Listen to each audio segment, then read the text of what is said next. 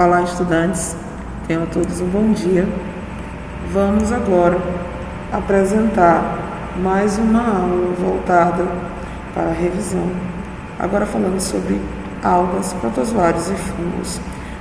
Algas e protozoários, como vocês bem sabem, está no reino protista e os fungos no reino fúngico.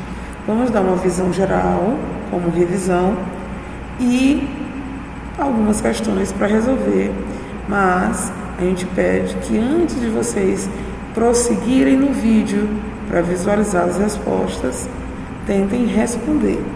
Então, caneta, caderno na mão, para a atividade eu quero essas questões da atividade de hoje no meu Classroom no dia da prova, ok? Vamos lá.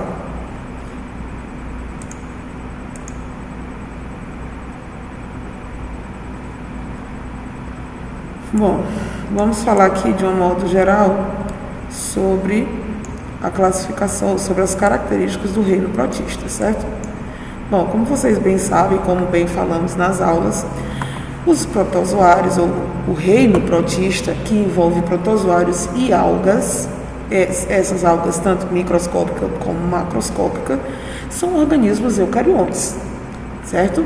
Que podem ser tanto unicelulares, ou seja, apresentando uma única célula, ou pluricelular, ou seja, formado por mais de um conjunto de células.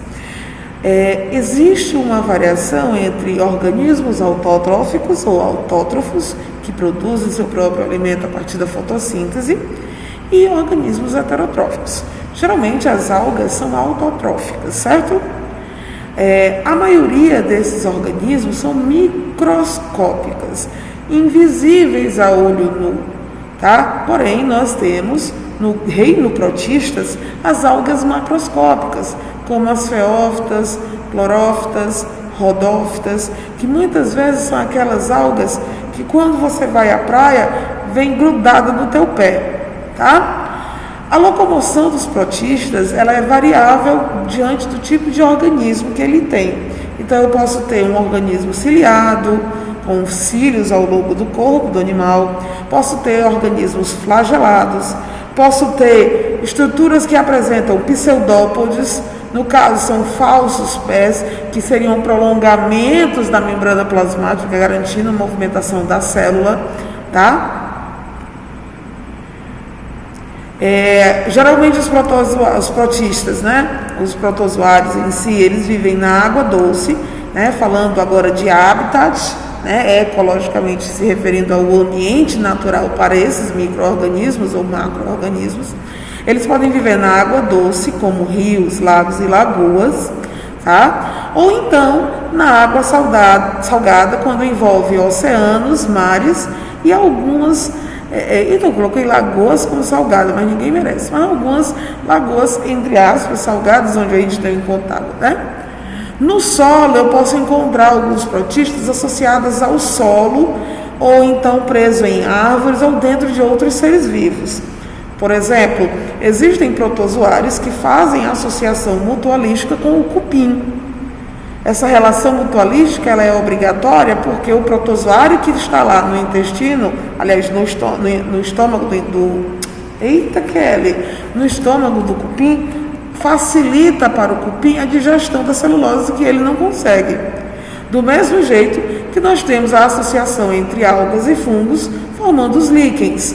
Do mesmo jeito que eu tenho, no caso, os líquens que vivem, no caso, nos troncos de árvores em ambientes úmidos. Para quem já visualizou ótimo, já viajou para Guaramiranga, já deve ter visto os líquens presos na copa das árvores, tá? Os protistas, eles podem ser parasitas, podem trazer, assim, doenças para o ser humano, como no caso da doença de Chagas, que é causada por um protozoário, o Trypanosoma cruzi. Do mesmo jeito que nós temos doenças causadas por protozoários que afetam outros animais ou plantas, tá? Como eu já falei para vocês, existe uma característica em alguns protistas que são interessantes para os organismos, que têm atividades benéficas, como os que vivem no estômago de bois, vacas e os que ajudam na digestão de alimentos. Mas aqui a gente fala que no estômago de bois e vacas é muito mais comum você encontrar bactérias. Mas eu posso encontrar alguns protozoários, Kelly. Ok, mas geralmente a gente encontra muito mais uma população bacteriana do que de protista, certo? Dos protozoários, assim, como se fosse um domínio maior para protozoários, seria no estômago de cupins. Podem ser heterotróficos, né? No caso, os protozoários. Todas as algas serão autotróficas, realizando a fotossíntese. Aí vai aquela história que você escuta que as plantas são o pulmão do planeta.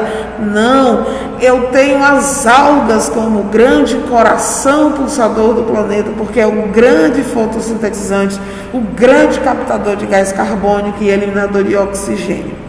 Tá? Até porque a gente tem uma grande quantidade de algas quando você faz a proporção de quanto de água nós temos no planeta e quanto de terra nós temos no planeta. Aqui eu trago para vocês as fotos de alguns protistas, tá? Para vocês poderem olhar as estruturas. Aqui eu tenho um plasmódio, paramécio, perdão. Um paramécio. O paramécio, ele é um protista muito interessante. Ele tem, ao longo de toda a sua célula, ele é um organismo unicelular. Em toda a estrutura do paramécio, ele é formado por grandes cílios, grandes estruturas ciliadas. Ele é um ciliado, ele é um protozoário ciliado. Por quê? Porque ele apresenta cílios em todo o corpo dele, tá? Eu tenho aqui a foto do Trypanosoma cruzi, causador da doença de Chagas. Aqui eu tenho a foto da ameba, que é um protozoário, tá? Ou aqui no caso da giardia, né? Giardia lambria, que também é um protozoário causador de algumas infecções. Aqui é o paramécio em uma microscopia, tá? Eu vou tirar aqui meu rosto, gente, porque a câmera ela tá um pouco escura e agora eu vou botar muito mais imagem e quadros comparativos, e o ideal é que vocês consigam ver e copiar tudo que está sendo colocado ali, porque a gente coloca esses slides para vocês poderem ter um resumo, né? Vamos lá. Bom, vamos classificar os protozoários, já que a gente falou que existem várias formas de protozoários quanto à locomoção. Vamos classificar esses protozoários quanto ao tipo de locomoção. Eles podem ser risópodes, quando eles emitem um pseudópodos, tá? Que vão espichar e se contrair, tá? E vão assim mudando a forma do corpo do animal, no caso do protozoário, perdão, no caso as amebas, tá? Aqui o exemplo, que ela, tá? Eu tenho os ciliados, que a gente já falou ali do paramécio, que vai ter o corpo coberto por muitos cílios que funcionam como remos, o que faz o protozoário se deslocar rapidamente em ambientes aquáticos. Nós temos os protozoários flagelados, como o Trypanosoma cruzi, tá? Que são aqueles que possuem um flagelo mais longo e em menor número que os cílios. Geralmente 1 ou 2 flagelos por organismo, tá? E eu tenho os esporozoários, que não vão apresentar estruturas de locomoção, como no caso o filoesporozoa em protozoários. Tá? Nossa, professora, e eu tenho que saber de todos esses tipos? Tem, gente, porque é uma classificação para a locomoção do protozoário. Aqui a gente está falando dos protozoários, tá? Nós não estamos falando mais geral na questão dos protistas. Quando a gente fala do reino protista, nós temos que dividir esse reino protista em duas classes, as dos protozoários e as das algas. Quando eu falo dos protistas, dos protozoários, que podem ser, que sempre são, né, no caso, unicelulares e são heterotróficos, microscópicos, eles são classificados quanto ao tipo de locomoção que eles podem ter, né? Então, os risópodes, os ciliados, os flagelados e os porozoários. Vocês não podem esquecer dessa classificação, ok? E vale ressaltar que muitos protozoários podem causar doenças humanas, como no caso da leishmaniose, a amebíase, a giardíase, são todas doenças causadas por protozoários, como por exemplo doenças de Chagas, a própria malária, né, que são doenças transmitidas por protozoários. Lembrando que geralmente eles estão hospedando outro ser vivo, no caso da ameba não, mas no caso da doença de Chagas, que o protozoário está na saliva do barbeiro, no caso da leishmaniose, no caso da malária, que o protista está em insetos e vai ser transmitido via picada, né? Então, assim, falar de protozoário, a gente tem que saber as classificações. E olhe que aqui, nesse meu exemplo, nessa minha classificação, onde eu falei risópodes, ciliados e flagelados e esporozoários, não são as únicas classificações para protozoários. No caso, os risópodas, né, representados pelas amebas, os actinópodas, que são aqueles que apresentam pseudópodos afiados, né, que são representados pelos radiolados. Eu tenho os foraminíferos, que apresentam um esqueleto perfurado externo. Eu tenho a apicomplexa, tá? Que não apresentam estruturas locomotoras, então eles são esporozoários, né? Eu tenho os zoomastigóforos, que são aqueles protozoários flagelados, que vão apresentar flagelos, que vão permitir a natação em espécies de vida livre, em espécies natantes, né? No caso, como a gente já citou, o coano flagelado, que tem vida livre em água doce, ou então o Trypanosoma cruz, né, que vive no barbeiro.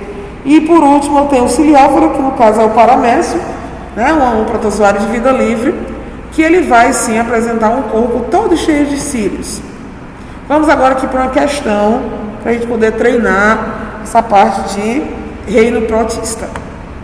Atualmente, biólogos de uma área de sistemática e evolução de seres vivos incluem as algas como pertencentes ao reino protista e não ao reino vegetal, como tradicionalmente se conhece devido à sua aparência com as plantas. Isso por conta da história de as algas realizarem fotossíntese, tá? E muitas delas apresentarem clorofila, né? Clorofilas que a gente também pode estar encontrando em algumas plantas. A explicação para se classificar as algas como protistas e não como vegetais está no fato de presença de células com parede celulose? Não. Ausência de envoltório nuclear em suas células? São eucariontes, eles têm que ter, né? Ausência de tecidos e órgãos bem definidos? Diferenciados? Presença de clorofila como pigmentos fotossintetizantes? Tanto algas como plantas apresentam. Ausência de organelas celulares? Existem algumas organelas que elas não têm, assim como as plantas. Mas a resposta que preenche lindamente aqui é o item C. As algas, elas não têm tecidos e órgãos bem diferenciados. Por quê, professor? Porque quando você pega uma planta, quando você fala de planta, quando nós chegarmos, talvez no próximo ano, na parte de botânica, vocês vão ver que o reino vegetal apresenta um sistema tecidual. Eu tenho tecidos parenquimáticos, tecidos, eu tenho a escleroderma, eu tenho a epiderme, eu tenho os tecidos de condução de seiva, tecidos de sustentação, tecidos de revestimento. As plantas, elas possuem uma estrutura tecidual. Já a alga não, ela tem as células. Ela não vai ter um tecido revestindo o corpo. Ele vai ter a parede celular, ele vai ter a membrana plasmática, ele vai ter estruturas que dão a ela proteção, mas tecido propriamente dito não. Até porque você vai trabalhar com a ideia de que algas podem ser microscópicas e todas as plantas são macroscópicas, né? Então eu tenho aí uma diferenciação muito grande e até em falar que as plantas, elas já atingiram o ambiente terrestre, enquanto as algas são sempre marinhas, né? Vamos lá. Aqui eu tenho para vocês um quadro comparativo e resumido sobre o grupo das algas. Vamos dar um zoom para vocês poderem ver. Por exemplo, o filoeuglenófita, a organização celular ela é unicelular, elas têm clorofila do tipo A e B, apresentam pigmentos carotenoides e xantofilas que dão a coloração à alga, né? Essa alga ela não tem parede celular e ela vai reservar o paramido como estrutura de reserva. Importância, elas são produtores, elas são a base da cadeia alimentar, são estruturas microscópicas que vão servir de alimento para animais herbívoros marinhos. Eu poderia, professor, chamar ela de um fitoplâncton? Poderia. As pirrófitas ou dinoflagelados e as diatomáceas, vamos falar dos dois. Os dinoflagelados, eles são unicelulares e as diatomáceas também. Os dinoflagelados apresentam clorofila A e C, apresentam peridininas como pigmentos e os carotenoides, tá? Alguns com celulose impregnado de sílica, porque elas vão ter estruturas de revestimento de proteção. A reserva nutritiva é o amido, e estas, no caso dos dinoflagelados, são produtoras e algumas como o goniolax, eita que nome feio, goniolax, que podem provocar as marés vermelhas. Ah, professor, então aquele fenômeno quando o mar está vermelho é causado por algas? Sim, uma proliferação de dinoflagelados ou também de diatomáceas, tá? Ambas podem promover a formação de marés vermelhas. No caso das diatomáceas, clorofila A, C e E, tá? Pigmentos carotenoides, fucoxantinas e xantofilas. A estrutura da parede celular é de sílica, que garante resistência à alga, né, ao protozoário, ao organismo do reino protista.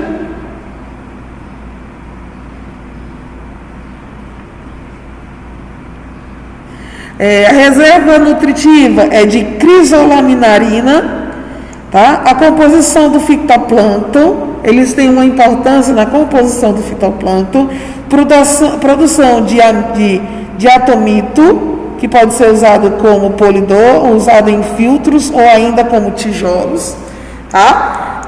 A estrutura das diatomáceas, ela tem uma célula bastante resistente, né? Mas também, junto com os dinoflagelados, como a gente disse, elas também participam da formação das marés vermelhas, tá? Aí eu venho para as algas macroscópicas, né? Que são as clorofícias, as feófitas e as rodófitas. Sendo que as clorofícias podem ter as unicelulares e as multicelulares. E as outras, todas elas são multicelulares. Algas verdes, algas pardas e algas vermelhas. As clorofícias têm sempre clorofila A e B, rodófitas A e C, rodófitas A e D e feófitas A e C. As algas verdes apresentam carotenoides que dão a coloração verde e as xantofilas, que aí eu vou para as algas douradas, né? São algas verdes douradas, coisas mais fofas do mundo. As rodófitas, geralmente elas têm uma cor meio que amarelada, um amarelo mais escuro, quase que mostarda, mas elas vão ter o carotenoide impregnado de fucoxantina, tá? A reserva o pigmento é a celulose nas algas verdes e a reserva energética o amido, tá? Nesses exemplos de algas macroscópicas, você vai ver que todas elas, a grande maioria delas, são produtoras, né? Que vão garantir o ciclo do carbono, né? De funcionar fazer com que o ciclo do carbono funcione adequadamente com a troca do CO2 pelo oxigênio, que é uma parte importante na respiração celular das algas e também das plantas. No caso das feófitas, elas terão fucoxantinas, celulose ligninas e algininas, né? Como pigmentos de reserva, como estruturas da parede celular, a laminarina e o manitol como estruturas de reserva e são produtoras. As rodófitas, que são as algas verdes, ou vermelhas, elas apresentam a grande maioria delas multicelulares, clorofila A e D, pigmentos de fucoeritrinas, por conta da coloração vermelha. Elas apresentam a celulose, o agar-agar e as carageninas, né? No caso do HH é uma substância que garante a viscosidade, né? A história a gelatina apresenta substâncias oriundas das algas, né? Que é o agar-agar que vai garantir uma consistência, do mesmo jeito que o sorvete, tá? A reserva é o amido das florídeas e são produtoras, algumas como a Noe, que é a parfíria, utilizada no preparo dos sushis, né? Como assim, professora? Aquela partezinha mais escurinha do sushi é feito por algas. E aqui eu tenho para vocês as fotos das bonitas. A euglena, os dinoflagelados, as diatomáceas, são lindas, olha. Parece aquele brinquedinho de rodar, que eu não lembro agora o nome. As algas verdes, né? As feófitas e as rodófitas. Gente, era interessante, quando vocês forem à praia, vocês podem visualizar se lá vai ter esses tipos de algas, tá? Vamos para uma questão maneira. Considere as afirmações abaixo sobre os grupos das algas e dos líquens, lembrando que líquen é uma associação entre algas e fungos. 1. As algas planctônicas marinhas constituem a principal fonte alimentar para a maioria dos animais que habitam as águas profundas. O fitoplâncton é responsável por grande parte do oxigênio produzido pelos vegetais. Oi? Não. As algas e os líquens podem ser excelentes bioindicadores, respectivamente, na qualidade das águas e na qualidade do ar. Opa! Olha aqui o item correto. Olha aqui. Professora, a senhora questionou o item 2 e a resposta certa é 2 e 3. O fitoplâncton é responsável por grande parte do oxigênio produzido pelos vegetais. Eu abro aqui um parêntese e coloco: se você estiver falando dos vegetais aí na classificação bem antiga em relação às algas, sim, isto está correto. Outra, os protistas são seres que podem ser encontrados em toda parte, na terra, na água, assim como no interior de outros organismos. Nós já falamos disso, hein? Onde atuam como parasitas ou simbiontes. Sobre eles são feitas as afirmações a seguir. 1. Cada protista consiste em uma única célula procariótica. Opa, galera, o que a gente tem? Protistas são eucariontes. Os únicos procariontes são quem? Bactérias. Então, esse daqui já está erradinho. Algumas formas parasíticas de protistas provocam doenças bastante conhecidas como malária, febre amarela e tétano. Ai, gente, tétano é bactéria, por favor, hein? Febre amarela, vírus, né?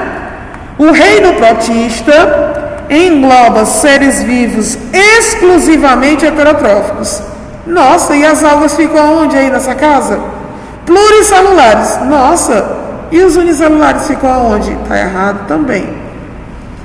As bactérias e muitos protistas atuam na digestão da celulose no interior do tubo do trato digestório dos animais ruminantes, como cabras, bois, carneiros, veados e girafas. Sim, nós já falamos que muitos protistas podem agir podem atuar como simbiontes, né? Uma relação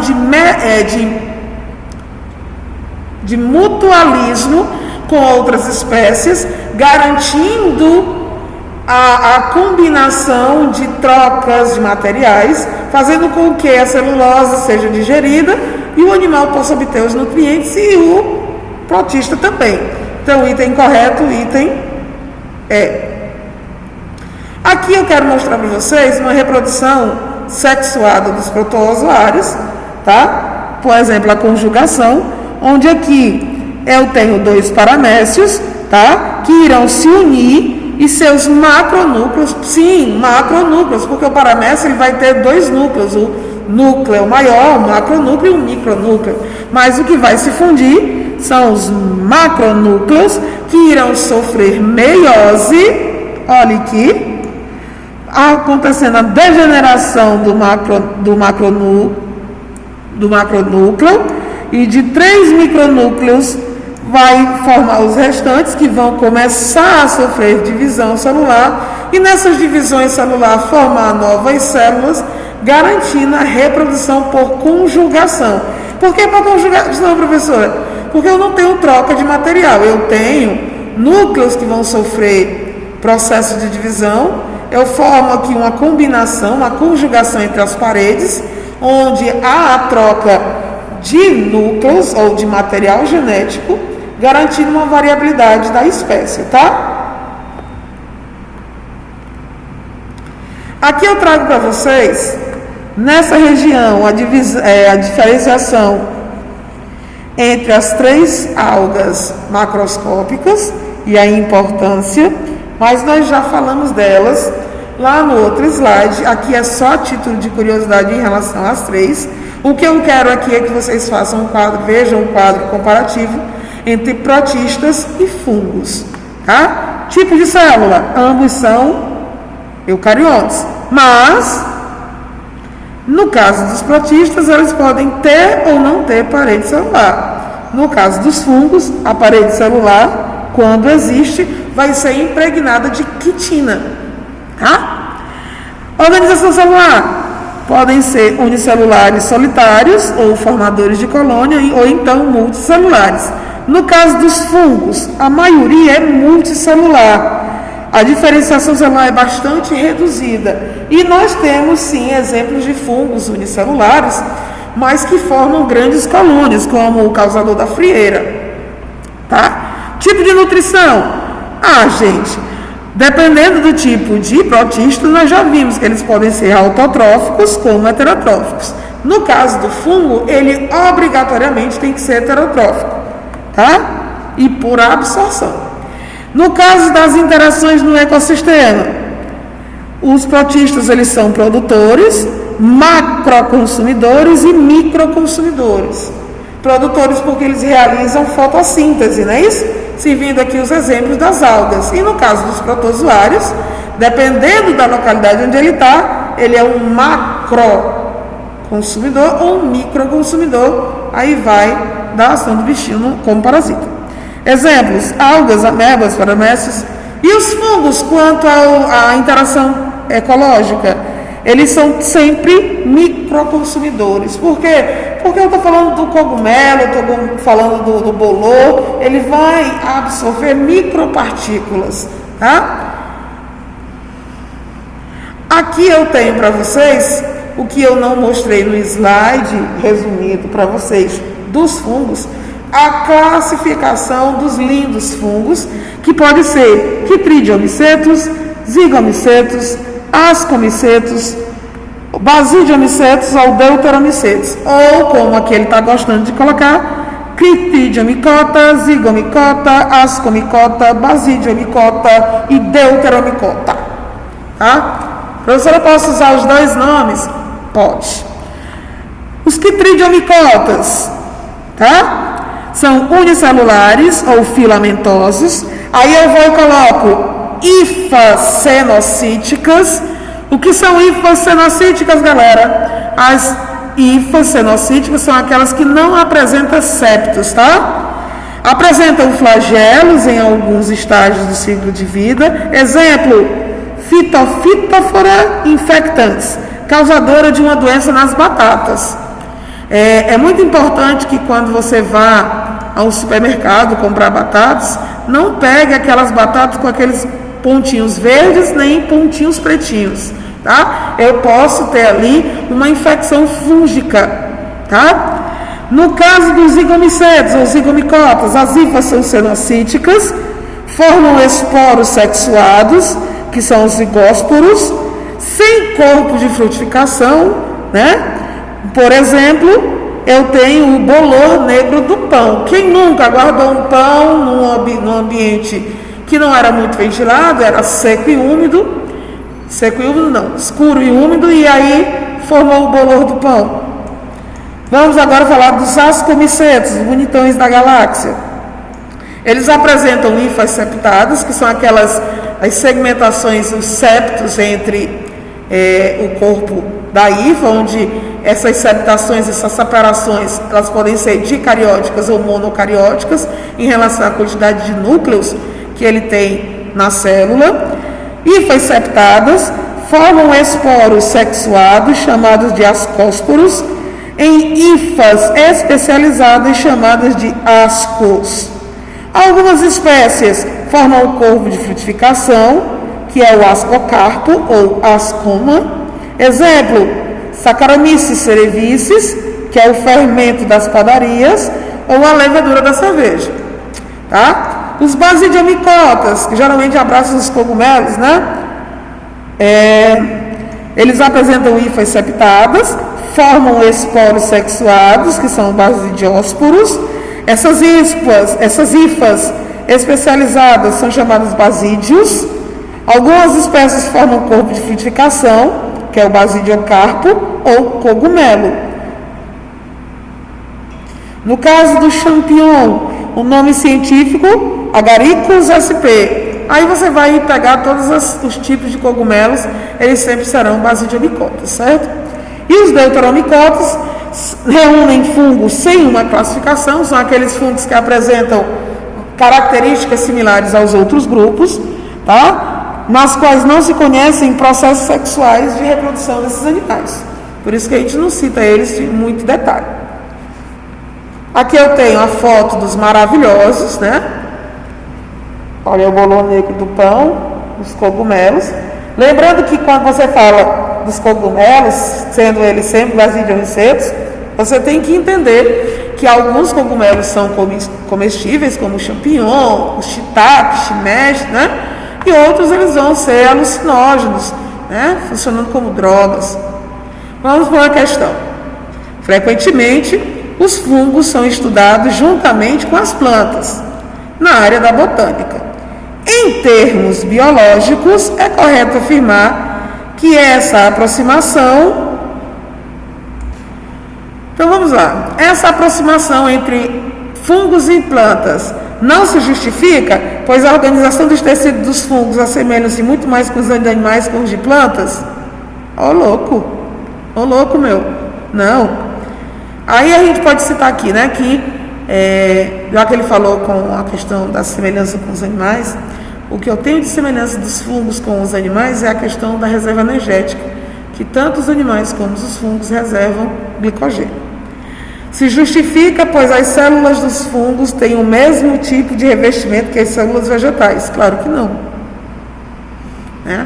Até quando nós fizemos o quadro comparativo ali, nós falamos de uma parede celular de quitina. A parede celular dos vegetais geralmente é de celulose. Não se justifica, pois a forma de obtenção de armazenamento de energia dos fungos é diferente dos encontrados em plantas. Olha aí, eu acabei de falar isso para vocês. Os fungos armazenam glicogênio, as plantas armazenam amido. São duas estruturas de reserva totalmente diferentes. Eu não vou nem seguir, vou dizer que é o item 5. Vamos para próximas. Todas as alternativas apresentam atividades que alguns fungos podem realizar, exceto... Os fungos podem produzir álcool na indústria? Sim. Produzir antibióticos para o controle de doenças? Sim. Produzir enzimas para o controle biológico? Sim. Produzir glicose para a obtenção de energia? Se ele vai produzir glicose, está dizendo que ele é autotrófico. Fungo heterotrófico. Então, já está aqui a questão que tu vai marcar. Quando eu digo que um organismo produz glicose, obrigatoriamente ele tem que ser autotrófico. Os fungos são heterotróficos. Está aí mais para tua conta, outra diferença muito importante entre fungos e plantas. Todos os itens indicam alguma importância ligada à atividade dos fungos, exceto... Podem causar doenças chamadas de micose? Sim. Desempenham um papel fermentativo? Claro. Produção autotrófica de substâncias orgânicas, mais uma vez. Produção autotrófica. Gente, os fungos são heterotróficos. Item C. Não esqueçam disso. Os fungos são organismos heterotróficos. Já que eu falei da importância dos fungos ali, vamos aqui. Os fungos são importantes porque eles são decompositores e desta forma vão repor substâncias no ambiente, né? Eles podem ser comestíveis, então eles vão servir para a nossa alimentação, tá? Eles estão na produção de queijos, então eles podem ser consumidos e comercializados nos queijos, né? Eles podem estar produzindo antibióticos, como bem nós falamos nas questões que passaram.